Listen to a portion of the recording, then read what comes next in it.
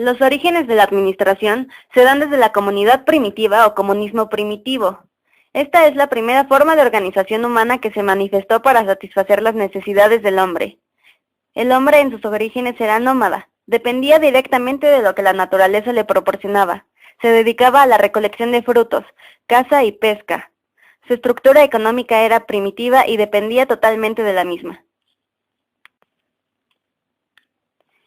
En la comunidad primitiva, la propiedad de los bienes de producción era colectiva, o sea, que todos los bienes eran para todos.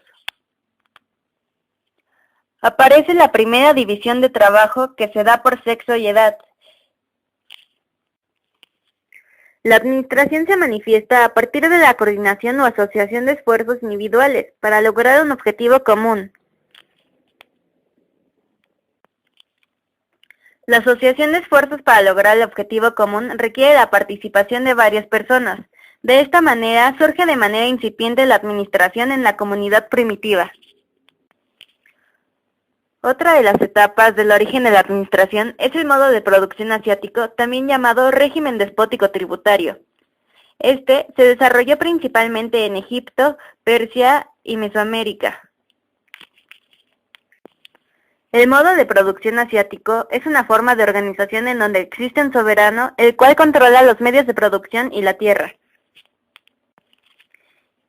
Existe una explotación del hombre por el hombre y se forma una clase dominante. Los hombres se vuelven sedentarios y nacen nuevas formas de producción como la agricultura sedentaria, la intensificación de la ganadería y el uso de los metales. La explotación de la fuerza de trabajo se realiza de manera colectiva. El instrumento principal de la administración asiática es la utilización de las fuerzas productivas más apreciadas del hombre, las manos. La necesidad de la dirección, coordinación y control de grandes masas de hombres determinadas por una división del trabajo social, en la administración asiática se expresa como administración gubernamental. La época esclavista surge a partir del descubrimiento de la agricultura. Debido a esto, el hombre tuvo que hacerse sedentario, y las tierras en las que se aposentó se repartieron entre los miembros de la tribu. Como consecuencia surgió el Estado, y se desarrollaron grandes civilizaciones que se apoyaron en la administración empírica del trabajo colectivo y de las tribus, apareciendo también la propiedad privada, pues los hombres tenían tierra, instrumentos de labranza y armas. Se descubre la rueda, y el hombre comienza a domesticar algunos animales.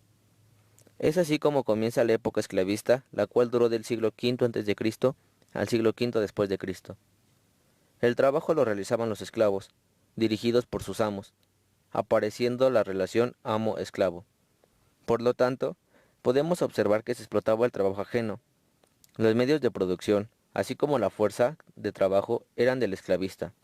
La economía se basaba en el trabajo forzado de los esclavos, cuyos instrumentos estaban hechos de fierro y cobre, y con aleaciones de estos dos metales.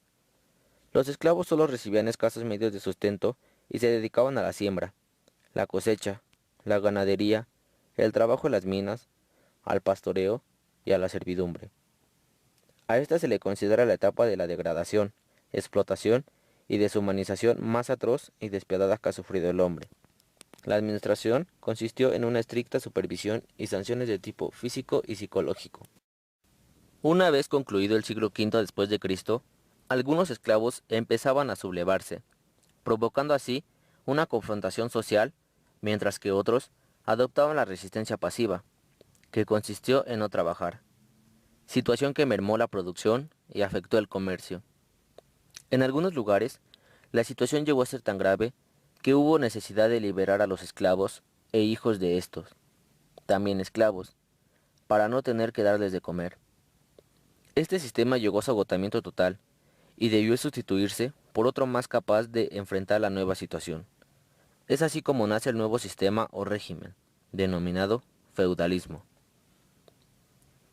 El feudalismo surge en la Edad Media Europea, del siglo V al siglo XV después de Cristo, y socialmente se constituye por el rey, el clero, la nobleza, el ejército, los villanos y por último los siervos. El rey otorgaba tierras a sus nobles para que las cuidaran e hicieran productivas, y a él le entregaban parte de las ganancias. La explotación de la tierra y la ganadería estaba a cargo de los villanos, quienes vivían en las villas que se localizaban en las inmediaciones de los castillos, ya que en caso de invasión se refugiaban en los palacios, pues también servían como soldados. El villano no era hombre libre, ya que no podía abandonar su arbitrio de las tierras del señor feudal, pero tampoco era un esclavo. En el último peldaño de la escala social se encontraban los siervos, quienes constituían la servidumbre de los palacios y habitaban en ellos. El tributo que los villanos daban al señor feudal presentaban tres modalidades: en trabajo, en especie y en efectivo.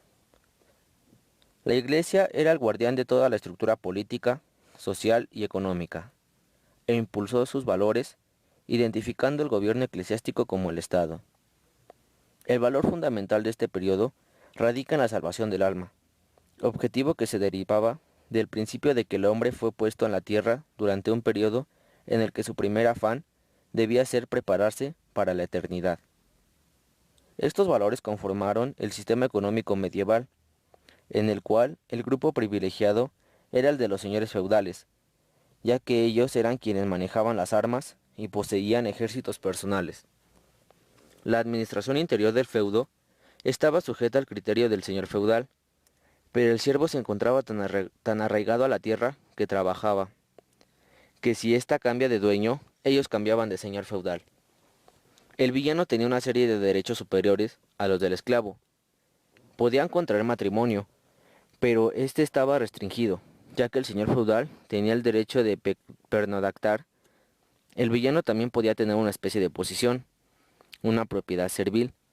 Esta pequeña concesión de derecho propició desarrollando la empresa y economía de tipo familiar, a las cuales se les considera como el inicio de las empresas industriales, pues gozaron de libertad para dedicarse al ejército de una artesanía u oficio. Esta libertad relativa en el desarrollo del trabajo individual permitió el nacimiento de una clase que poseía determinados bienes de producción, y cuyo origen estaba en los maestros de los gremios, cofradías, agrupaciones de villanos y siervos emancipados que al vivir en las ciudades se agrupaban para ejercer sus oficios. Esto conformó la clase que en la actualidad se conoce como burguesía.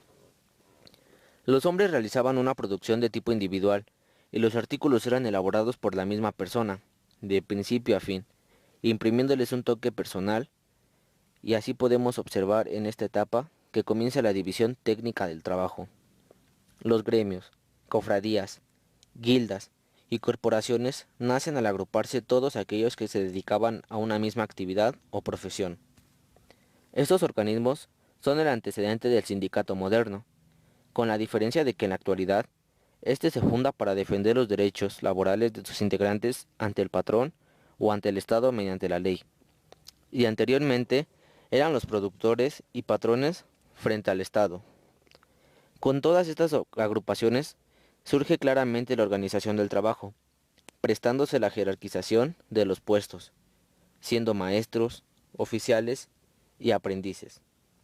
En esta etapa surge por fin el pago del trabajo realizado, conocido actualmente como salario.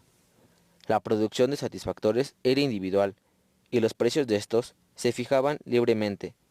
Además, como hemos notado, nació la división técnica del trabajo. Es así como termina una de las etapas de la organización social, que es el feudalismo.